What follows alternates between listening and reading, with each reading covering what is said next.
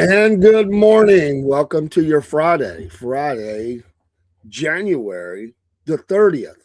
We're almost done with this month. It's been a cold, blustery, rough month in a lot of ways.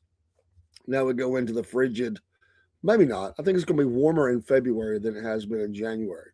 For us, anyway. That's the way it happens around here in the old North Georgia tri state region. It is a cool morning, a cold morning, I guess I should say. But it is. Let me see if I can push. There we go. It is a cold morning, but the temperatures are to warm a little bit. Happy Friday. Welcome to your weekend or the start of it this afternoon. I hope you have good weekend plans. Every day is a blessing. Every day is a day that God hath made. Let us rejoice, be glad in it.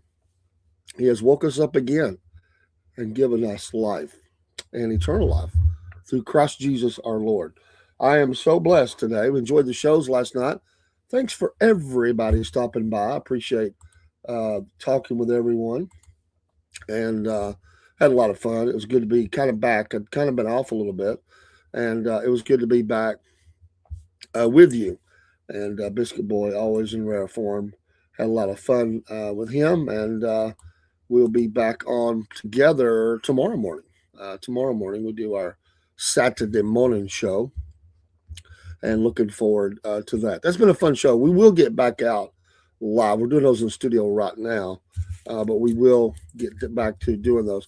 It's the problem is that the places we were, they don't really open up enough time for us to get ready if we're on the inside. We could do the coffee shop. It might work because I think they do open at 8, but we get ready before 8, so it kind of pushes us a little bit. But when the weather's better, we'll be back street side somewhere. It'll be other places as well. So it's just I'm not going street side right now. Well, all right. Let's get with our Bible verse in today. It's a great one. They're all great, but this is creme de la creme, as you say, of Bible verses, because this one you better know it, and you can't wear it out. You cannot wear this verse out. 1 John 1:9. That if we confess our sins, right? We got to confess. He is faithful and just to forgive us our sins and to cleanse us from all unrighteousness. 1 John 1:9. You better know that as a Christian. As a Christian, it's not going to help you too much until you're born again. But once you're a Christian, 1 John 1:9, you're going to need that because we mess up as humans. We mess up really bad sometimes. I'm not even talking about willful. We just do. We're failures. We fail a lot in this life. I fail a lot, and you have to know that verse. You have to practice that verse. There are a lot of Christians who seem to think that they never do any wrong. They're just walking on the clouds, walking on the water. Never a bad day. Never a bad thought. Never make a mistake. Never have a bad intention or nothing. They're perfect, so they think. So I mean, I know I'm not. So it doesn't bother me a bit. I love that verse. That was one of the best things as a young Christian to understand was the power of that verse. And people, tend to attack. Some people they're legalists, the legalism. They attack Christians who you just have a license to sin. No, you don't. You don't. There's still ramifications to sin. Absolutely. Just because you confess that sin doesn't mean you're not going to have. There may be legal matters you got to take care of. That doesn't get you out of that. Granted, there are some people who have walked and they thank God for it, but it may not have anything to do with God, but they still thank God for that. All right, and then birthdays this morning. So that was our Bible verse. Let's move on to our birthdays. There's a couple of birthdays on this 30th day of January that I really, really like. Christian Bale is not bad. A movie actor, we know Christian Bale, 51 years old today. But let me move along. Phil Collins' birthday today. He has set the spry age of 74 years old. I remember the British press used to give him a hard time, and they would say, because he at one time he's had a lot of health problems of late. Y'all pray for Phil Collins. I don't know where he stands with God, but he did make some really iconic music and really fun music. Some everything from love, kind of love songs to dancing songs, fun songs to, some heavy, kind of heavy songs. I'm talking heavy as in the content, so make you think, But he was really good. It still is. Pardon me. He uh, he was accused by the British press of, because of his success. You're supposed to be like this starving artist, I guess. And at one time, this guy probably had, I don't know, 3 or 4 songs in the top 20 in the world. I mean, the guy was just a hit machine. It's just what he did. So he was criticized for that. You had to be, but that's like critics who about movies or something. You know, I don't like things just because of some bands get accused of not writing deep lyrical content. Well, not everybody wants to write a song about the suicide and deep stuff. Sometimes lyrical content doesn't have anything to do with the song. It's just the sound. Really the words are it doesn't matter. They mix mash the words that sound the best because it's just meant to be the sound of the song. It doesn't make sense. It does have a deeper meaning. It's something you can sing to. But he was accused of that. Like they just bashed him. Okay, I'm successful, so you're bashing me. Go for it. Franklin Delano Roosevelt, born today, on this day, not today, but born on this date in 1882. Of course, he passed right there at the end of World War II, 1945. And, but his presidency still leaves with us a lot of ramifications because of things that he put in place. So, your tax dollars will thank you or not thank you. Roosevelt, today was his birthday. This was my favorite one of today. Now, there may be others I didn't see, but this is my favorite one for today. And it's really tragic. He died last year. But the great, I mean the great. I know we throw around the good morning, Jake. We throw around the word great a lot, sometimes in life. But as far as actors go, I think he was great, and that's Gene Hackman. And I think his body of work stands for itself. He was he had that he just had that look and that voice. I mean, he was really good at. He really understood. Yeah, happy Cornbread Friday, Jake. That's right, happy Cornbread Friday. But from Hoosiers to, just so many. I don't want to go down the list, but he was just amazing. Hey, Edwin Lopez, thank you for the like. Gene Hackman, just he's one of my favorites. I like him in everything. Crimson Tide. I mean, my goodness, the what was the western with Clint Eastwood, the later one. Um, uh, Jake, we do not work together. We do not work together. He does his own thing. I do mine. But Gene Hackman, uh, Superman. I mean, he's just was the French Connection. These movies just pop in my head. But I just love Gene Hackman. It's a sad end how him and his wife and all that died. I mean, everybody dies, but it was just a sad end. And but I love. It's like there's just some actors. It doesn't matter what movie they're in. I like them. I'd watch the movie. It doesn't matter what they're in. You know, Robert Duvall for me is another actor like that.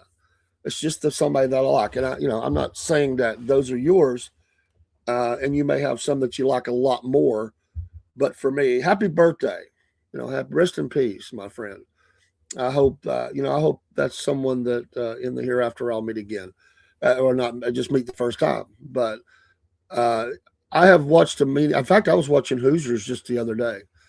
In fact, if it's on, I just can't help but watch it. It's such a great story. Um, Kind of a damaged goods kind of coach. The whole town seemingly against him. Just a just a great movie. And I'm not big on sports movies, to be honest. I'm really not. There's only about 2 sports movies I could give 2 cents for. I'm just not a fan of them. I like sports. I don't like sports movies. But there's maybe 3. It's a small handful. I do not watch all of those sports movies. But Hoosiers is different because yeah, there's the basketball part, and it is there, but it's really a secondary. If you think about it, it's really secondary to the story. The story is him, and it has not. I mean, the town and how they act and they want to win and all that. I mean, they're going to continue to want to do those things. I mean, that's never changes. But for him, it was he was sort of finding himself again. After he had been kicked out and got hit the player and lost his temper and all that. I mean, it was really the stories about the coach. Yeah, there's some other people that's about finding themselves as well. And he's helping. He's really the conduit for that. But I like Gene Hackman. We'll have to have a show one night about Gene Hackman and his movies. That'd be a fun discussion. I really do like that. One other thing before we'll get to some other news. This day, well, the National Day. Let's do National Day because I really do like the national days. Today is National Escape Day, so plan your escape. Not from your marriage. Hello, Moonlight. Not from your marriage, but do National Escape. So maybe you can get off work today or this weekend and just plan your escape. Maybe go to a spa or something. Take a little trip. Don't tell the kids, I'm talking about adult kids, not minors. Don't tell the kids where you're going. Just take off. Just take off. Kids go, where you been? We've been out of town. Those are fun things to do. Just escape. Today is National Fun at Work Day. So if you work today on this last Friday in January, have fun. I am a big believer that you can have fun at work along with working hard and getting accomplished. And a happy workplace, a fun workplace is addictive. And people want to work for people that make it fun. I always try to, we get our work done. And sometimes, you got to be lined up when you're having fun, being goofy, and when the work's got to get done. But I think you should have a fun workplace. It should be some fun. It should be laughter, and I think we have that at work, and mostly, I would say throughout our whole facility, we're like that, and maybe the whole company. I don't work in the whole company, but I think of all the people I met and places I've been, I think it's generally the same. It's a happy workplace. I'm not into this one, National Big Wig Day. I don't wear a wig. National Big Wig Day. Okay, so some of you can have fun with that. I mean, I'm not a fan of this either. National Croissant Day. I'm not a croissant fan. I'm just not. Don't really care for the croissants. But that's okay. If you do that, that makes it good. It makes it okay. National Croissant Day. Have it your way, baby. But Big Wig Day, yeah. Go big. Like 80s, go big. I was talking to a lady yesterday, dear. Someone I work with, but I don't work with them every day, but I do work with them. And we were talking about music, and we come from two totally different backgrounds. Her story is really unique to my story, just different. Even an immigration story, her family, just amazing people. But we found out we have a really a love of music that really is close. I mean, it's really close, and I didn't know that. And that just comes when you talk to people and you get to know them and you learn about them, then you find these things out. And I thought that was pretty cool. And what started it was a Charlie Daniels discussion. Jerry Barrett. Big Wig Day, is that the day you celebrate your boss? Is it? I mean, maybe I'm missing that. Is it? No, it's not. It's fundraising, actually. Bringing aware. So I sort of missed it anyway, but sorry, my voice is still not back. Just bear with the bad sound. Bringing awareness to a cause close to many hearts, National Big Wig Day. It's the well, no, let's see. Hold on. I mean, it is in fundraising. It has kind of a dual win, an expression of the potential inside of all of us, and an entertaining opportunity to positively impact the lives of others. To do this, we must dust off our hidden talents and bring them forth without hesitation. So let your inner self come out, Jerry. Oh, it is at your house? So be bold and even a little courageous. Roll up your sleeves and grab a few friends, because that always makes it more enjoyable and the journey more exciting. But whatever you do, bring your big wig with you, because we all have one inside of us. I didn't know that, Jerry. You got a big wig inside of you, man. And even big wigs need to have fun. So to be a big wig. You just tell your wife today, you are letting your wig out. You are big stuff, baby. Have fun with it.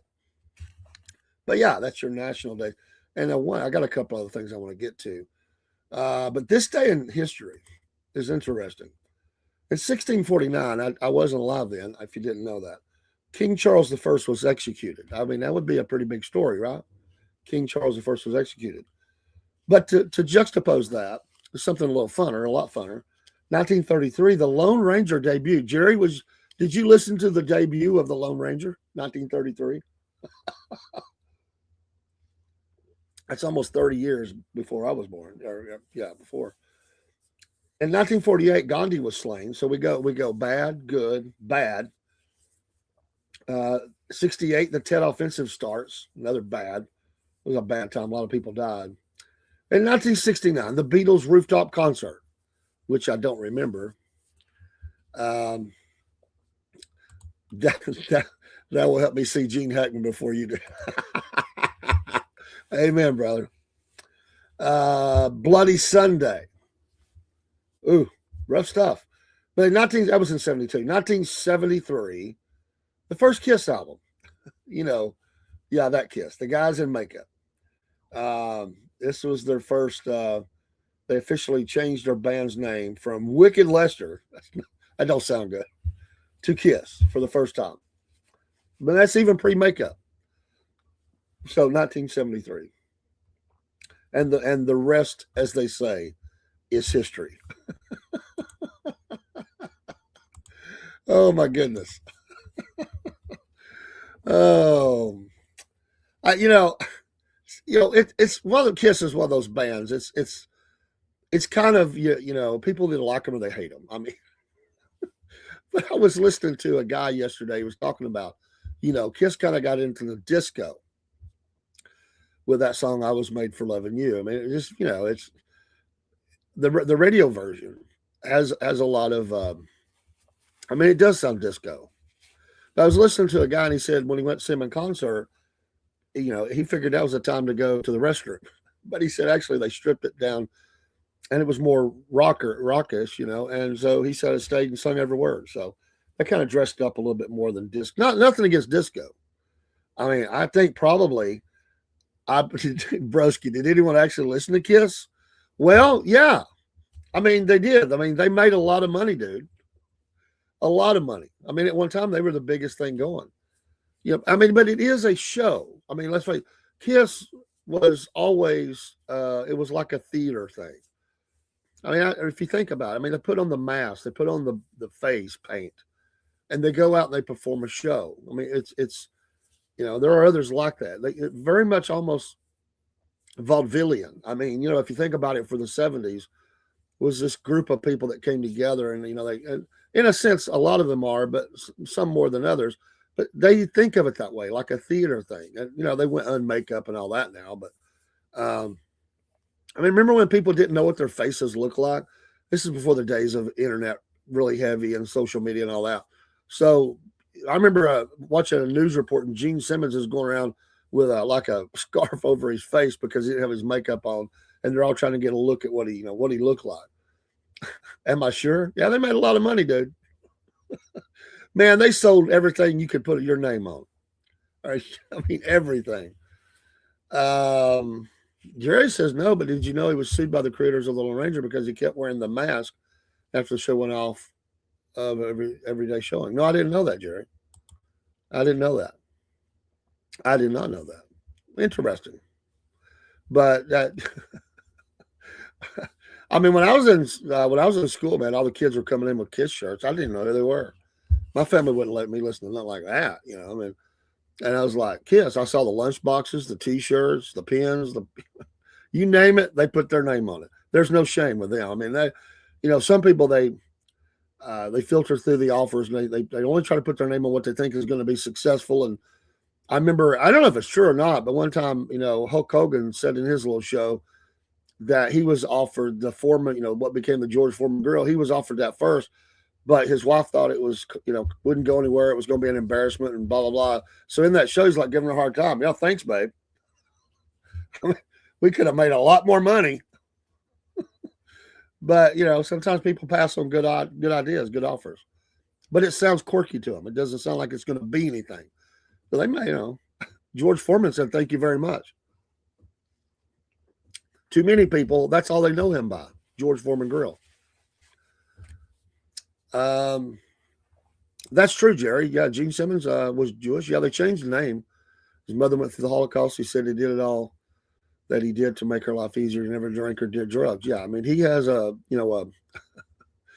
very carnal side to him. Nowadays, no, because he's been married for a long time and kids, but he lived that lifestyle.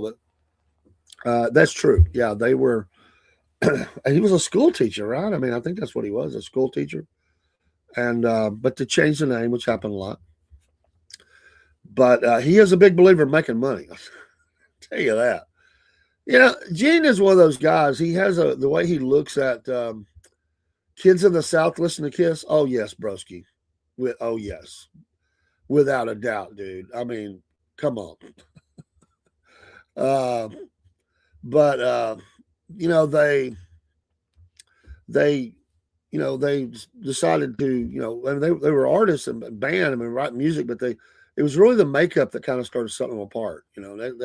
That transformation really hit. Now I will tell you, there is no deep lyrical content with Kiss. Don't look for hidden meanings. There is one meaning, and it is all sexual. I mean, which a lot of music, rock music is, but theirs is very. I mean, reading their lyrics is it's like Smut magazine or something. I mean, for the most part, maybe except for Beth and a couple of others, but they didn't get deep in their writing. We were doing this at work one day, and we were just reading the lyrics, not like even thinking of a song, just reading the lyrics. It's you just don't. It's not even good to read. So they didn't put any great time in it. I read Paul Stanley's book one time. He's very egotistical. It's all about him, and he's a narcissist. But he's a funny guy. But I found some parts of the book that I really did like in relation to his son, who is an artist himself. I see him all over the videos and stuff. He looks, a lot like him. Evan, his name, Evan. But yeah, he definitely got his dad's talent. And now listen, they're pretty good musicians, man. Pretty good musicians. But but yeah, that's some points at this day in history. Our city shout out is Gettysburg, Pennsylvania. Gettysburg, Pennsylvania. Shout out to you. Very iconic place because of the great battle, right? The Battle of Gettysburg. But it's a beautiful area. I've never been to the battlefield. That's one of those things I would like to do is go to Gettysburg. I want to go to the little town. Dirty Billy hats. Man, that's an iconic place for reenactor hats. That's $100 minimum when you walk in that store. But if I go to Gettysburg, I'm coming home with a new hat. I guarantee you. Guaranteed coming home with a new hat. I have to put back money for that. It's just one of those deals. I mean, they're known all over the reenacting community. People order them in, but I've never been to the store. I guess they're still there. Gettysburg is one of those places. It'll never, but they'll never like do anything with a battlefield, thankfully. But it is an area where progress is encroaching, kind of like Chancellorsville. I mean, all of the places, progress. Some of those areas are. Some of the wooded areas are, being developed up, So, I hate that. But like I went to, what was the area I was going through? Appomattox. And, it's just all woods and stuff. I mean, it's out in the middle of nowhere. I like that. Just pops up out of nowhere. I like that. I mean, I'm not against progress. I like progress. I mean, but I like also us to keep our history and keep, we need to have places you just go and get away. Just forget progress. Build somewhere else. You can build your concrete jungle somewhere else. And developers are very greedy, though. They don't care.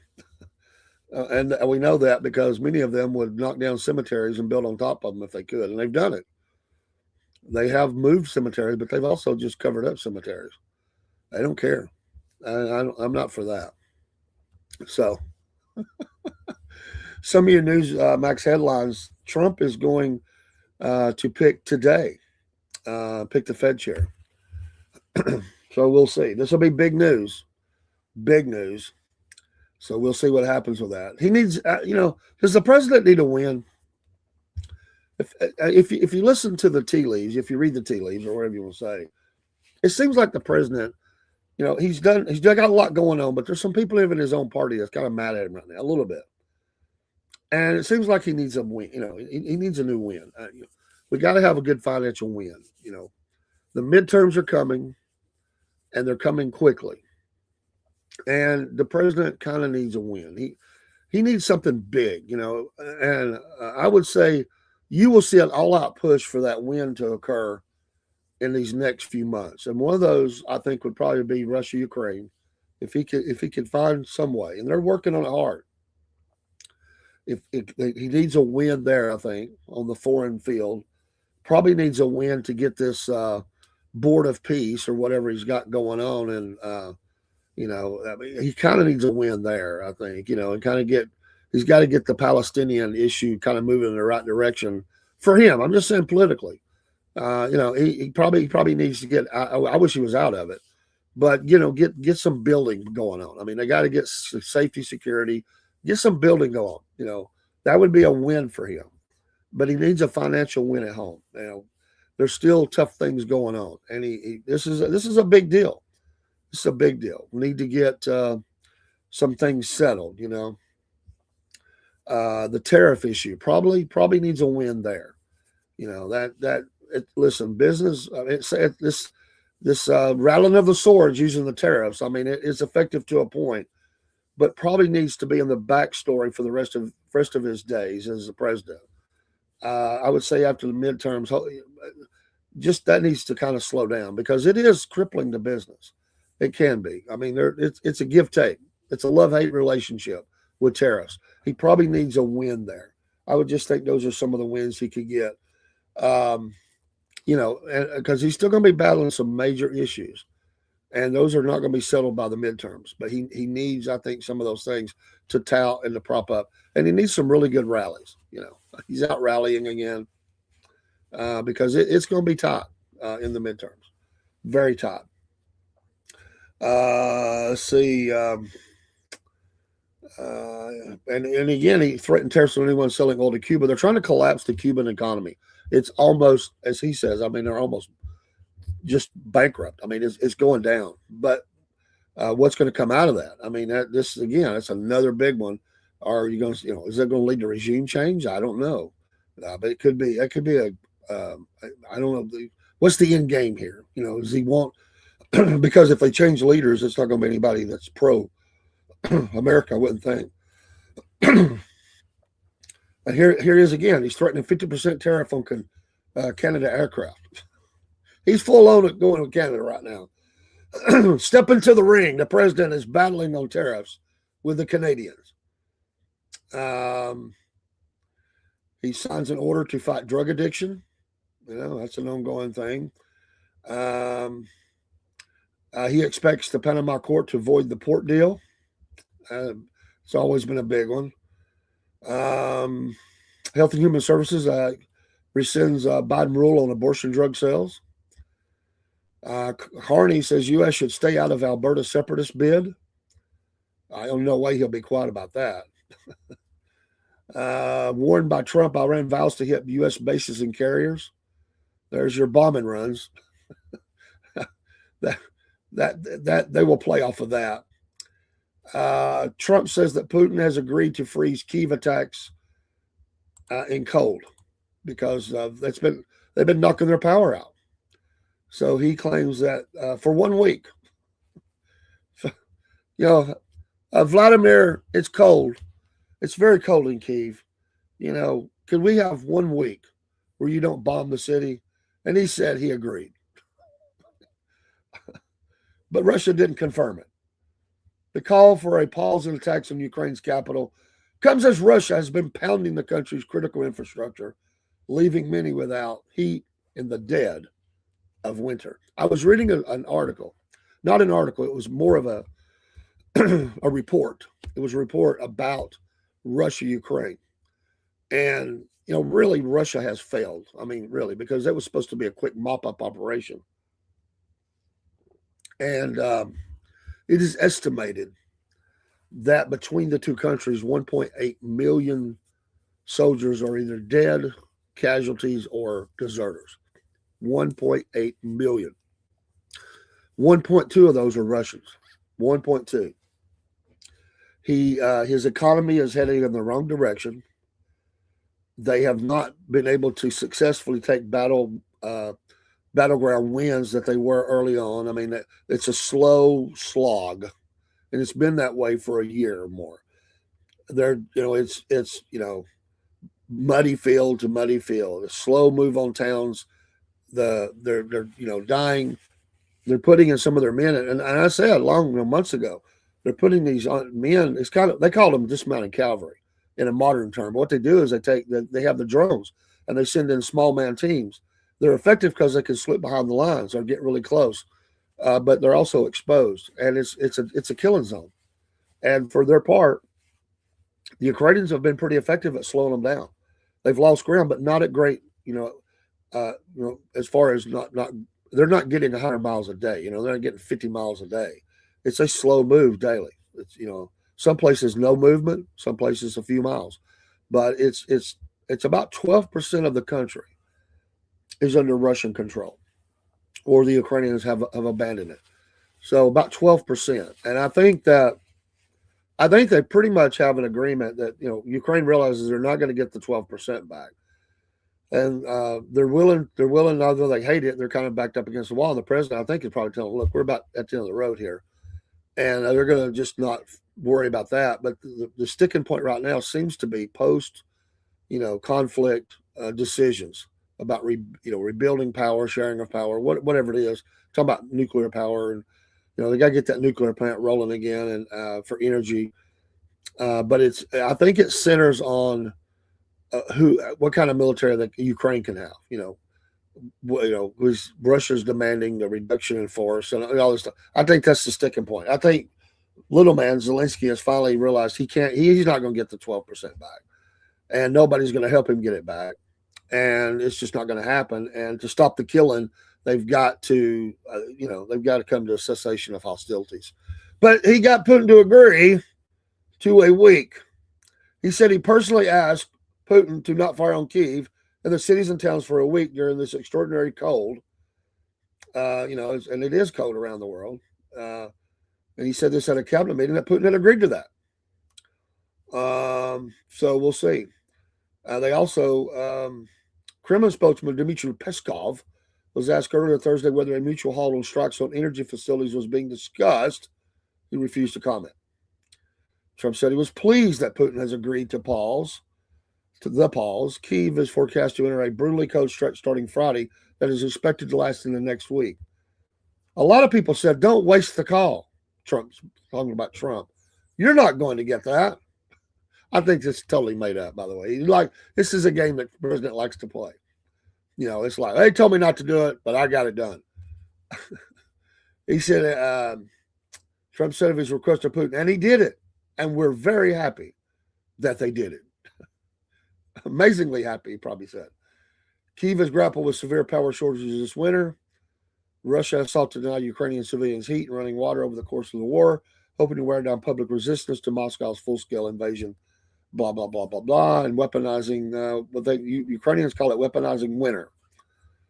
So, at the end of the day, suffering still goes on. This is a rather long article, but they do follow up on the report that I read because they say that by spring, the dead, injured, or missing will reach 2 million soldiers. 2 million. It is Russia sustaining the largest number of troop deaths for any major power in any conflict since World War II, according to the international think tank. So that's the article that I read, or the report.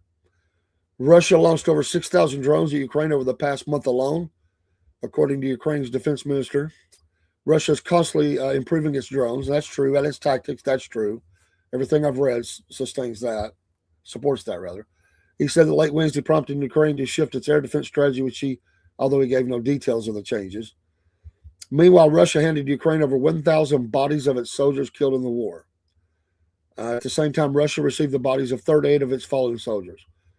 Russian lawyer Shamsel Saralev, who has been involved in the exchange of fallen soldiers' bodies between Russia and Ukraine, told the BBC, or the RBC, excuse me. So it's a bloodbath. It just continues to go on. It's just an absolute bloodbath. The president needs a win there. He really does need a win. 1 week's not going to get it. It's a nice, it's a nice thought, but what's going to happen with that? So anyway, lots going on. Of course, Tom Holman in Minnesota. We got to get the files have been taken from the Fulton County building on the 2020 election ballots. 700 boxes. We'll see what happens with that. Could we just get some arrest already? We know some bad things happen down there. I am a poll worker in the state of Georgia. And I love the people I work with and for, and I think it goes very well. People can argue if they want. I work with amazing people. I would not, however, be a poll worker in that county. There's no way. There's no way I would do that. And that's not to say there's not some good ones, great ones even working there. It only takes a few bad apples to make the work of many look bad. And baby, it looks bad. And it smells. And, if that gets me kicked out of the of the club for saying that, it's not across the country. Everybody says it. The reputation precedes them, and it's not good. And we got to fix that. It's got to be fixed. They say that's all just perceptions. Well, that's not. FBI's down there picking up boxes. We'll find out. Maybe Cash could get him a nice win. He needs a win too. He got to be able to get up there and get him a little win here lately. Danny Bonbons, as Broski calls him. He's not around. He's back on the podcast. He's back being Bongino. But I wonder, could Cash get a victory here? I mean, would that help his? If Cash could come out and he could say, we are filing charges. We have, we're going to be presenting arrest warrants will be going out for some people in the near future, and actually starting in like the next week or something for crimes being committed in the stolen 2020 election. If he said that, if he said they stole, if in Georgia, he would get a lot of win. Boy, it'd be a firestorm, wouldn't it? But we got to have, you got to tell the truth, man. What happened? Down here they will say on official level that none of that happened. So we'll see. I don't know. Every election has something, but what kind of a scale is it? It only takes one little area or one big area. In scores last night. Oh, I want to say, Broski, I don't know if you're still floating around out there, but the Falcons, they've taken one of your Bears. The assistant general manager is now the general manager of the Atlanta Falcons, straight from the Chicago Bears. I guess that success they have had, they said, we're going to hire somebody from a newly successful team, and we're going to try to turn this thing around. Cunningham is the new GM of the Atlanta Falcons from the Bears. So I don't know anything about this guy, Ian Cunningham, other than he was the assistant there in Chicago. But he has been hired, and they made a statement. His vision for our team and organization aligned exactly with the type of leader we were seeking to help take the Falcons to the next level. Matt Ryan, speaking here, said in his release, throughout Ian's career, including Super Bowl championships in Baltimore and Philadelphia, Ian has demonstrated the drive and the focus it takes to build championship contenders and put them in the position to win games. We love his broad and deep experience across every aspect of talent evaluation and know he's learned from some of the best in the league. He has been the Bears' assistant GM since 2022. He was instrumental in pulling off several big trades in Chicago, including sending linebacker Roquan, Georgia Bulldog, Roquan Smith, to the Baltimore Ravens, which I like Roquan, and defensive end Robert Quinn to the Philadelphia Eagles in 2022, the first year of the Bears' rebuild. Before that, he's from Virginia. He's a native of Virginia. He worked for the Eagles, ascending from their director of college scouting in 2017 to their director of player personnel in 2021. He got his first NFL personnel job with the Ravens in 08 as a personal assistant and was promoted in 2013 to area scout. As a player, he was an offensive lineman at the University of Virginia and was signed as an undrafted free agent by the Kansas City Chiefs in 08. He did not make the active roster. And here is his quote from Mr. Ian Cunningham. As a Falcons fan growing up in Roswell, Georgia, when the Dirty Birds were rolling, were we rolling? Well, we had some nice, decent seasons. The Braves were on fire, and the city was hosting the Summer Olympics. I live the passion of Atlanta sports fans, and I can't wait to be a part of bringing that fire and energy back to the city, Cunningham said in the release. It's been incredible to build a relationship with Matt over the last several weeks, which just meant they had a lot of meetings, and had to have an immediate connection with Kevin Stefanski is talking about here. I can't wait to work with both of these great football minds to put a team on the field everyone will be very excited about. We all share the same vision for what the Atlanta Falcons should, that's a key word, should and will be, and it's time to work. So we will see. Arthur Blank throwing all the cards on the table. He's saying at 76 or whatever he is, he's up there in the upper 70s. I gotta win this thing now. Let's move. Let's go. So we'll see. Hey, I wish him well. I want Atlanta to do good, but man, Atlanta will Atlanta this thing up. This guy, it'll happen. He'll get caught in some sort of a scandal in the heart of Atlanta. That's what happened. It'll be some scandal. Just wait and see. I'm telling you, I hate to be negative Nelly like that, but that's what happens. It absolutely goes haywire. Hey, this afternoon at 4 p.m., live on the podcast, Miss Jenna Turnipseed. We're gonna talk about all things, not just politics. We'll talk about all things. Miss Jenna Turnipseed is running for the Senate seat in the 14th district, Marjorie Taylor's Green old seat. She's abandoned it now. She stepped down, and there's some things I want to bring up with her. Some things I've noticed. She's got some news. She's a very busy person with school and her business and running for this office and her kids and stuff. And I like that she puts her school kids in a place. She's been criticized for a couple of events she couldn't make. But I admire that. Nobody's expecting these people to totally abandon their family, and you got to do what you got to do. We were scheduled to have another one after that. It will be rescheduled. I'm going to be getting a call next week, and that's all I can say on that. So we will talk. We did have another one scheduled for 6:00, but things happen, and they apologize. But just a necessity. I'm supposed to get a call next week. This thing's going to be coming up pretty quick. I mean, we're going into February. March 10th is election day. March 10th. I've got to go to training. We have to do training before every election. I'm going to mind. I think it's next week. Yeah, February 5th, something like that. I think the first is Sunday, right? So somewhere around there, 4th, 5th, somewhere in there. I'll have to look back at my text, and we'll do the training. Because we get ready for another election. Get your mind wrapped back around all the material, all the paperwork. I'm not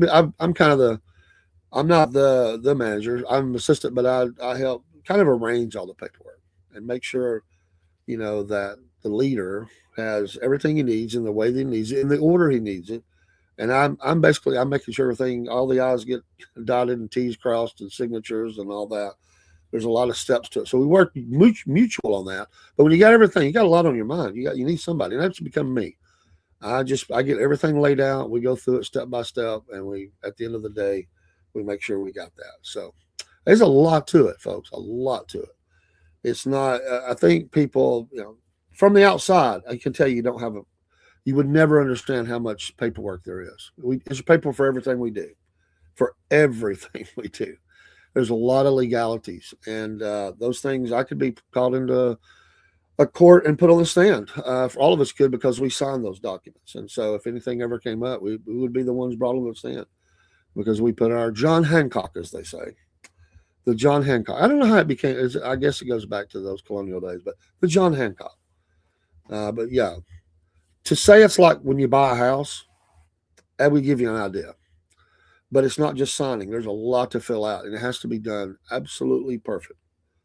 Not close. This is not horseshoes. It has to be absolutely perfect. It's elections.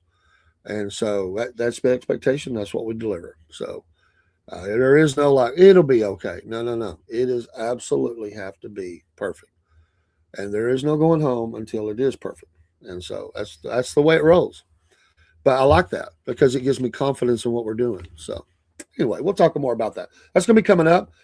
We will definitely go live on election night after I get back. Be late. We'll talk about it. It's just a, we'll kind of see. That's the special. Then we turn right around. Boy, midterms, and we're going to really heat up on that. I got to get back with my guy. I've got a guy that's running in the Bronx. He's supposed to be on with me. I'm going to get in touch with him. And I had another person too that I've got to follow up on. We're going to be talking a lot more politics on, but not all of it. Not all of it. Someone asked me yesterday, "Oh, really? You do a podcast? What's it about?" I said, "Life." It's a little bit of everything. It's the hodgepodge. It's the smorgasbord. It's the Pandora's box of podcast. It has a lot of things going on. Pick and choose what you like. Some like a lot of it or most of it, or all of it, and some only like one thing, and some don't like it at all.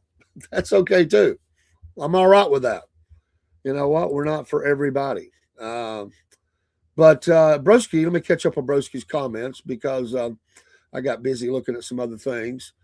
Broski says that Gettysburg, one of the worst places he's ever been. He got such a terrible, eerie feeling there. Really? Think that's because of the war or just the landscape? All that, I don't know what American, Christian murder that happened there. It's cursed. Okay, I got it. Yeah, okay. You answered the question. I get it. People that don't believe that, I mean, when you go somewhere, I've been to places that kind of gave me that feeling, man. You feel the magnitude of what happened. People killing each other. It definitely. I don't feel well when I've been there. It's been the most haunted place in the U.S. My advice is don't go.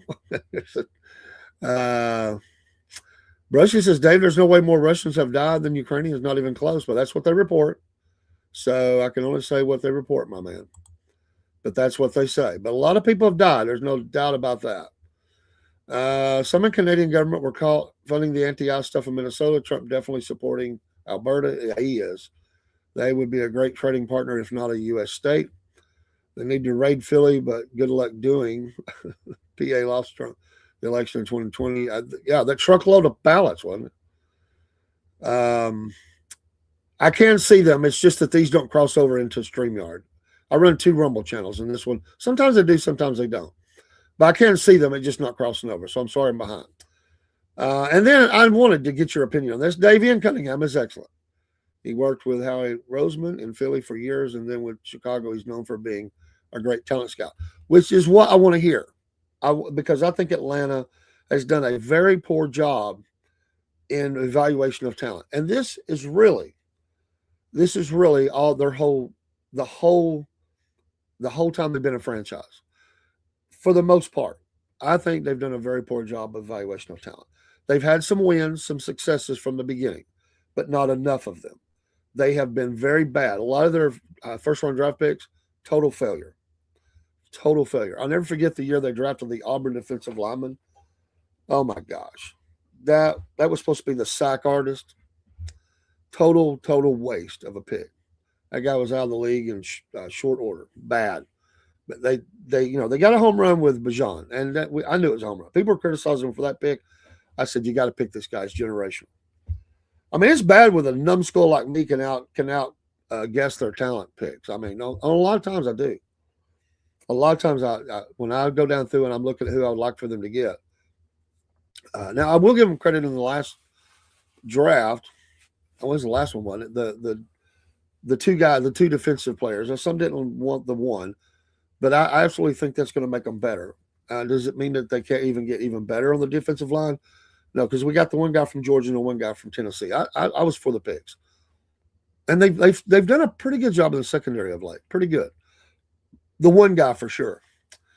Just look at the rookie class this past season. Their rookie tight end was the team's leading receiver. I saw that, which is amazing. They also had a rookie wide receiver and running back, key contributors, along with a starting rookie left tackle and a second rookie wide receiver contributor as well. And that's what you got to have if you're going to turn the team around. You gotta win that, and not only the you got to win the draft. That's key, and you got to win in the free agent. Atlanta's got no money for free agents, but if you were going to bring in somebody, let's say because you can bring them in at the league minimum, and if you bring somebody in at the league minimum, I mean they got to contribute. I mean you got because there are gems that can be found on practice squads or even undrafted. Somebody you look out through there and you're like, well, I can't believe people passed over this guy, including us. We think he's got some talent.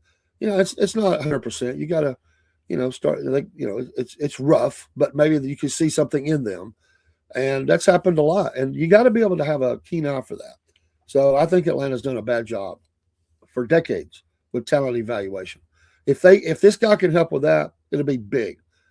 And by the way, I do like the Matt Ryan move. I think it's good for publicity. He is a guy that's passionate about the team. He loves stayed in Atlanta. I mean, he put his body on the line for that team, and I think he wants this to work. His name is on the line here, and I like the role. I think it's going to be good. And if they can't, I'm just not a Stefanski fan, but you know what? I wish him well. I want him to do well. Broski says Falcons have young talent both sides of the ball. If they can get their quarterback situation figured out, look out. Stefanski is an excellent coach. Well, maybe he is. It just hasn't materialized. But I tell you what, I wish we'd have got Todd Monken. Because one of the things they got to do is they got to have better creativity on offense. When I can sit and tell my wife the next play almost every single time, that's coming, the team that's on the field knows because they know a lot more than me. But it's like run right, run left, throw to the flat, and 3 and out. It's like first 2 downs run. Third down pass. They got better towards the end of the season, I will say that. But we got to be creative on offense. We've got to be creative. The Matt Ryan, Kevin Stefanski duo along with Cunningham will be great for the franchise. Stefanski won Coach of the Year twice with the Browns. Yes, he did. But we got to have better results for us. Getting. I mean, honestly, the Falcons have to get in the playoffs, and they have to win a playoff game. I think if really they got to get to the playoffs this first year. They under him, that's a lot. They got talent on the field. Maybe they can win a game. I don't think anybody's looking at them and saying, "Well, they're going to the Super Bowl," but they've got to be competitive each week, and they got to have a winning season. I think they have to, or it's going to be looked at as the pressure is going to be on. They're not going to get a pass here. They're not going to get the 3-year, 5-year plan. They're going to have to come out and hit it hard, and because they do have talent all over the field, there's no doubt. It just doesn't play as a team sometimes. Their schemes are bad. I mean, look, they got this new coaching staff the last time, and it was just a short time, the offensive coordinator's fired. I mean, horrible. I mean, you got to do better hires than that. So I'll see. I'm willing to give them, I'm going to give them a hard time because we like to do that on the show. But do I root for them? Absolutely. I want them to do good. But I will not buy the. Thank you, Jake. I knew you were lurking out there somewhere. Jake the Snake from the great state of Mississippi. Thank you for taking care of the bot. What would we do without bots in our lives?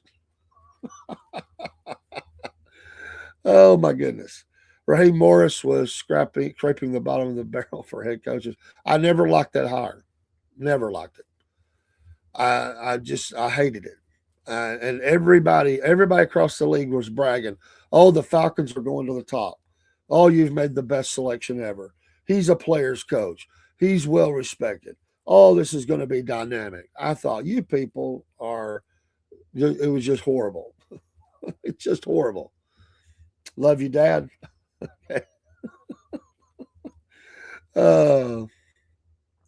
I got to get off of here. I got to get kids to school and go to work. And it's Friday, though. This afternoon, we'll be broadcasting. Looking forward to it. I'm going to try to get the music show in tonight. Man, I have missed doing that. I am so ready. I got albums I want to show you. I'm ready for the music show. I'm going to do that tonight. no matter what else I do besides the interview. And I didn't even say interview. It's not interview. I'm just going to say Jenna Turnipseed is going to be on the show. And we're going to talk all kinds of things, whatever she wants to talk about. My dad passed away on February 7th, 2020. I'm sorry, Jake. So y'all pray for Jake. It's those anniversary dates start coming around. And, so absolutely, my man. Absolutely. Throw that love out there. It's tough to lose your parents. I lost both of mine. And I sure do. I sure do miss my dad and my mom. And I've lost my, aunts and uncles. I still got a few. But death is hard. Separation is hard. And God gives us grace. That's all, He gives us grace. He gives us dying grace. He gives us living grace. But we got to have grace. Grace for every need, as the song says. Hey, thanks for watching. You make this all possible and fun and exciting and everything else. We got a lot of things planned for the show. We're really transforming stuff. We've kind of rebranding a little bit along the way. We've taken our time with it. Went a little slow. And thank you, Jake, for helping promote. Yes, and we're going to be putting our commercials back out and stuff forthwith, and a lot of extra things with it. But we got plans. We're just it takes a little time to get kind of things moving in the direction you want. And I've been sick, and a lot of things have happened. But we got a lot of features we want to bring. The book club is starting, the Wolf Nation Book Club. We're going to be having we pretty much have averaged an author a month for the last 5 months. And we have a new one. I'm setting the date now. He wrote about the trial of Buford Pusser, and he wants to be in studio, and I look forward to it. He's going to talk about evidence, because they're trying to rake the memory of Buford Pusser over the coals right now. And there's people standing up saying, Stopola. But I look forward to having him in. But we're going to start the book club and start recommending books. We already do that. You can be a part and come on and, be a part of that club and come on there, or, come on and promote something you're reading, and let us know of what you like, because I always like to be, shown books that, besides the Bible's number one, but other books that we would read and, that we like, because everybody doesn't read the same thing at the same time. But the Wolf Nation Book Club, it's really going. I just got to get it off an official way. So the authors series is a part of that. And we're going to be going live from Book and Barrel soon. We just hadn't been able to do that, but live from the bookstore there in Ringgold. We're going to interview people as they're talking about their books. I'd be a part of that as well. Maybe we'll meet. Maybe we'll be live from there. Maybe we'll just make that the foundation place for that. The Wolf Nation Book Club from Book and Barrel. That sounds good. I like that. And we'll interview people as they talk about shopping, what books they're liking, and we'll have them give a shout out for the book they like. Yes, Jake, you stay safe as well. Stay warm. Enjoy your Friday. Happy Friday kickoff this afternoon for your weekend, and have a blessed day. Thanks for everybody stopping by. We appreciate it. It means a lot. Pray for us. We'll pray for you. Pray my voice gets better. You got to have a voice. Can you raid someone? Yes, Jake. You take Twitch and you raid someone. Absolutely. Go for it, my man. Yes. Go do it, buddy. You have my permission to do that. And while we're at it, we're going to use a raid on in Rumble. If you're on the Rumble side, we're going to go to Kim's. She's probably on Kim's Coffee Talk. If you don't have the Rumble channel, my gosh, get it. You've got to get the Rumble channel. And then you're going to go find the best morning show ever. It's not me. I love what I do, but I'm going to tell you, Kim's Coffee Talks. She starts later than I do, but you leave me if you can stay online. Go over to Miss Kim's and give her a shout out. She's from Woodstock, Georgia, and let me get her thing pulled up here. And there she is. I'm gonna make sure she's live right now. She is. Fervent Friday, she's called it. So Fervent Friday. I'm gonna give her a like, and then we're going to. Get the address here, and we're going to put that raid in motion for us, because we like to do that. And if you don't know Miss Kim, you should. She's an awesome person. So let me see if I can get this pulled up, because it's wanting to be problematic. There we go. All right, we're going to pop that in. Appreciate everybody. I'm just getting the raid set up for those that are in that part, if I can top correctly. I'm not the best topist ever. I'm You know, I watched the lady the other day. I had to go to a walk-in clinic, and I said, "You have an amazing typing ability." She said, "I've been like that my whole life." I thought, really, as a baby? Away you go, Rumble. We'll see you. And everybody else, we're going out with music. Take care. Hold on, Podbean. We'll take you down separately, but let's get the music started for the show, and we'll see you tonight. Take care. God bless.